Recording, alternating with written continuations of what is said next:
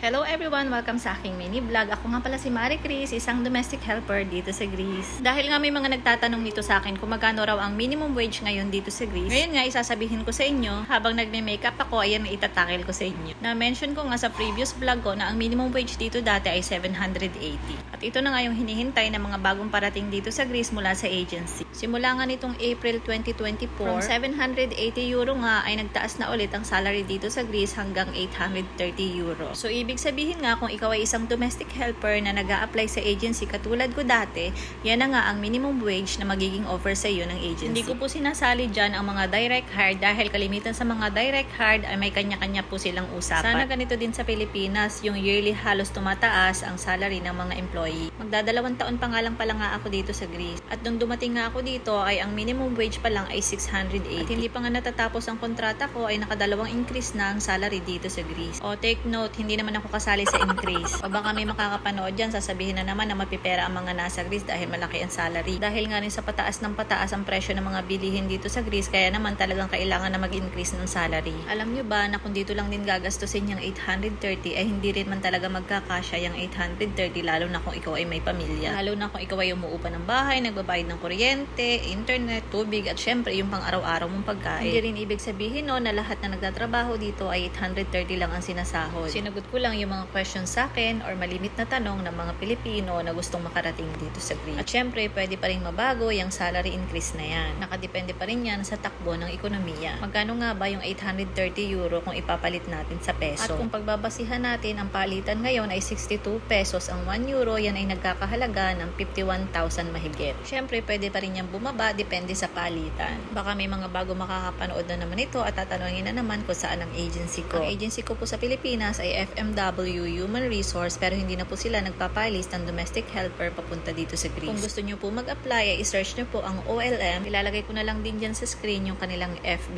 page. At doon sa may mga question ng pag-apply dito sa Greece, pwede nyo i-check ang aking mga video sa TikTok, YouTube, at Facebook. Baka kasi natakil ko na yung mga question nyo and hindi ko na kayo ma-reply ang isa-isa sa aking comment section.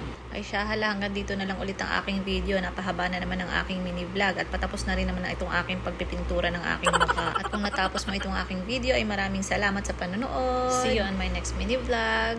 Paalam!